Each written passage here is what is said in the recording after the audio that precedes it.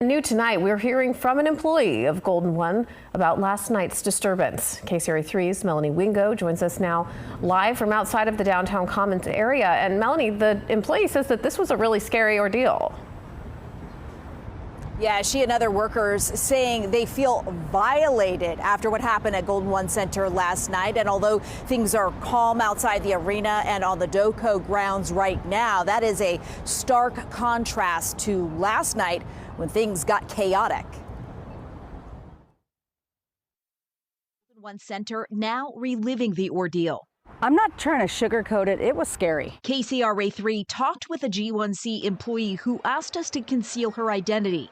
That employee explaining how she and her co-workers felt during the incident and now as they're processing it. There are people that are contacting me that are very traumatized. That employee telling us doors to the Rod Wave concert were set to open at 6 p.m., but that was delayed, she says, because the performers were still setting up for the show that was supposed to start at 7 p.m.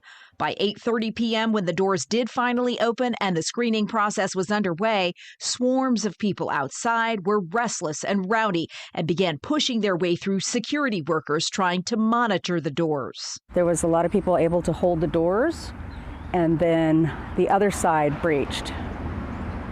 And that's when it went over the radio, breach, breach, breach. The worker describing what she witnessed once concert goers pushed their way inside. They were throwing stuff, they were jumping counters, they were pushing. Some of my colleagues got pushed down, and one said they thought they were gonna die. I witnessed alcohol being taken.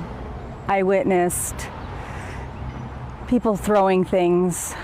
I personally was threatened by a few.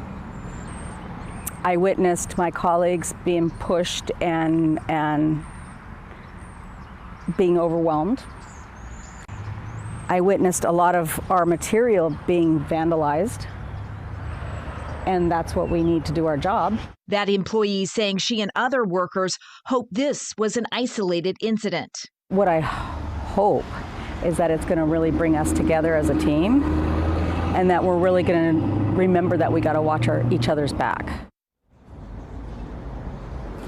And back out here live, we're still working to confirm with Sacramento police whether official reports of vandalism or looting have been filed and whether any concert goers who might have been caught on camera having done that could face charges. Meanwhile, the next event that is scheduled to happen at Golden One Center is the Kings game, which is set for Monday night at 7 p.m.